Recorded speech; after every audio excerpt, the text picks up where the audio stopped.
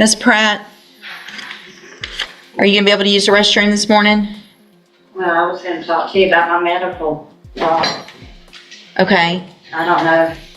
They told you. They did, but I know that even with that issue, you still go to the restroom. 3 days or so. Yeah. So why are you We come can up? draw blood, I mean. Well, we're not going to draw blood. Come up here. Put your water here. Oh, my what? Yes, you're gonna go before the judge.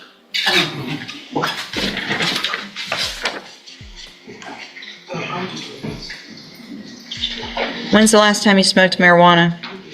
It was one of those little gummy things from the vape store. Uh-huh. It is THC, but Why are you? I just said marijuana, but it's THC, which I thought was the same. It is the same. It'll show positive. Okay, It's all derived from the same stuff. And if you have a felony court case pending, I would think you wouldn't want to have anything in your system that would have you test positive, right? Well, I'm not sure if it will. It was like a month ago. I'm on probation. I've been on it for almost a year. It's in From Jefferson where? County, Okay. and they know about all my medical. I need a heart valve replacement, and I have a liver failure, and now it's resulted to be kidneys. Okay. So you, Sounds like you need to quit doing stuff to get yourself in trouble so you can I do. stay I out do. and Like, take care of yourself. I do. I know. So, what I'm going to do this morning, Miss Pratt, is reset your case for you to hire a lawyer. You need to try to get a lawyer hired before the next court date. Okay. If you do, bring the reset notice to them, and they'll tell you what you need to do. I'm also ordering, as a condition of your probation, that you have a drug patch. You need to have a drug patch put on within 24 hours. And you will, probation, when you're walking out, the lady sitting at that desk can give you a list of places where you can get that done. You have to have it on. You wear it 2 weeks. You have to show up every 2 weeks to have it tested. If it's not testable, I'm going to assume it's positive. If you don't go show up when you're supposed to or go get it, I'm going to assume that you're using something that's illegal. Your bond will be raised and you'll be in jail. Do you understand? I do. Okay, so you need to have that on within 24 hours. So by tomorrow, you need to have the drug patch on. Okay. And then don't use anything that could potentially test positive for anything. It's that simple. If you're on a probation and you've got a felony pending, you need to be crystal clean. All right? Like 10 medicines that I'm on now. If you are on medication that shows you to test positive, that's one thing. A gummy from the corner store is not medication. Right? So bring your list of medications if you test positive, show them. We understand. I know what things test positive for other things, but gummies aren't one of them. All right, step in front of the clerk. She'll give you your reset notice. Good morning. Are you Shalora Dawson? And Miss Dawson was previously in court, entered a plea of guilty to the state jail felony offense of abandoning or endangering a child. I've received the pre-sentence report. Has everyone had an opportunity to review that report? Yes, sure. Yes, sir. Ms. Dawson, if I test you this morning, you can have anything in your system? Oh, no, ma'am. I did. We're going to double check this morning before we go forward. Have a seat in the jury box. On my thing, she told me to tell the truth. Yes. I bought her the dispensaries and everything, but she said that she was THC. Right. So did they tell you probably shouldn't be doing that so you don't test positive? So I don't think you're using something illegal? No, because it wasn't me smoking. It was something like a gummy that was supposed to help relaxing. Right. But if it's going to test positive, then I'm going to assume the worst. So we'll get to that in a minute. I want to test you this morning, see what's in your system, then we'll go forward in a minute. Have a seat over there in that jury box. Ms. Dawson, you tested positive for THC, which I think you anticipated, but you also tested positive for ecstasy or MDMA. Wait, what?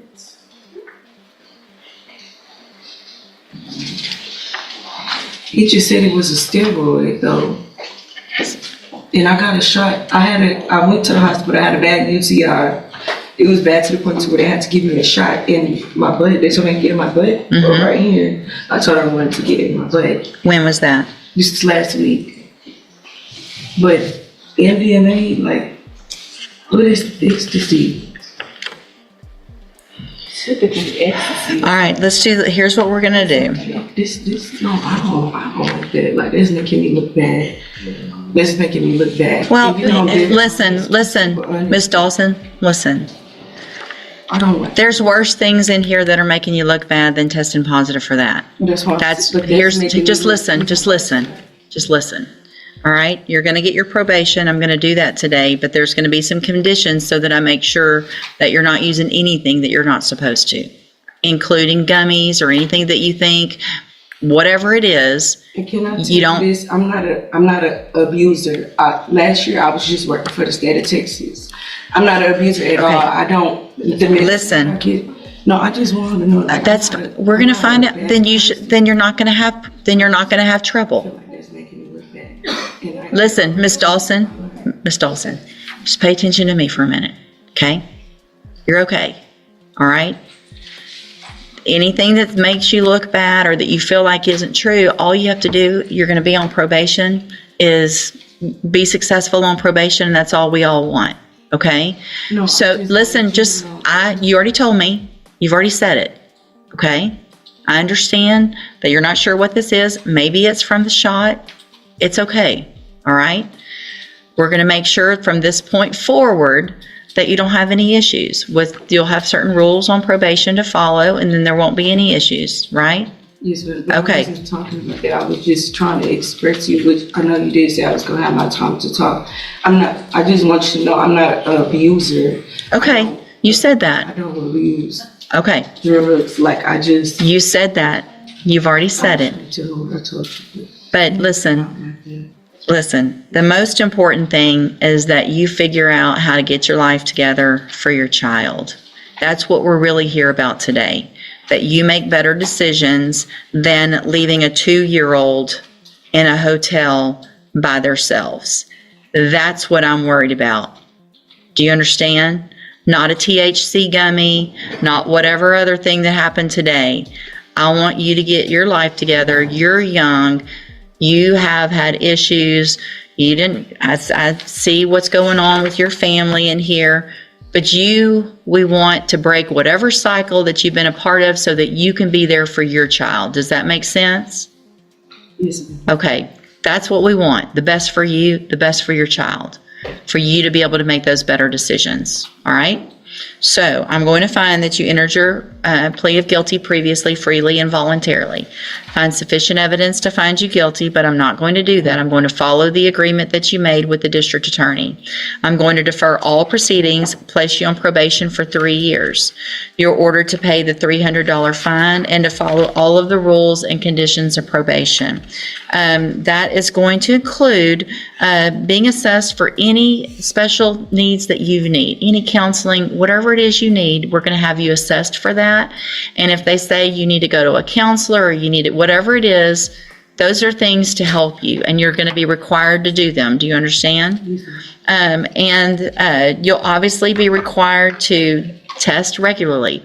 So any type of gummy, any type of anything, doesn't matter if they say in the shop it won't test pod, don't do any of them. Because even if you go buy it legally, I can't know the difference. It's just going to show up on a test. So don't do any of that. If you need some help with something making you feel better, then go through that counseling and do it the right way through a doctor. Okay? That's what I was going to tell you. Like, I've been on a medicine that Good. like spinal top. Good. I just don't like feeling like dead inside. But taking it. Like, I know. And I know there's certain medicines and they don't make you feel that's great. my only thing. I just be But you feeling can't. disconnected from being up here. Right. Well, talk to them about that because there's probably other medicines that they can try. Yeah, I Okay. But what you don't want to do is stop taking that medicine and then self-medicate with a gummy or something like that. Okay. That's what you can't do. So continue talking to them. Say, I don't like the way this one makes me feel. Let's try something different. And they'll find something that eventually makes you feel right, kind of in a balance. Okay. If you do everything you're supposed to while you're on this probation, this is an excellent opportunity. You don't have criminal history. You're not going to be a convicted felon. If you successfully complete it, the case gets dismissed at the end. You're going to get to be a mom. You're going to get regular jobs, do all the things that everybody else does, okay? The other side of that is if you violate any condition of probation. So if you don't show up for appointments, you test positive, you get arrested or whatever, you can be brought back in here and you could be found guilty, so you would be a convicted felon, and then you could go to the state jail prison for up to 2 years. Do you understand? All right. You just need to have a seat here in the courtroom. Probation's going to call you up when she's ready to go over your paperwork. Okay? And I do want to apologize for me over talking to you. That's not my character. That's okay. You're nervous. I know you're nervous. I know. We're good. All right.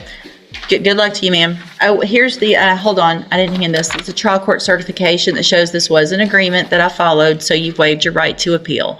So just have a seat here in the courtroom and wait for her to call you up. This moment says it all. A courtroom can expose more than the truth. It reveals who someone is when the pressure rises. Today, we watched 2 lives collide with consequence. One struggling with habits that could destroy her future, and another trying to rise above a past that keeps pulling her back. But in both stories, one lesson echoes through the room. Change begins the second you decide to stop running from yourself. Because in court, and in life, there's always a final chance to choose a different path. The question is, will they take it?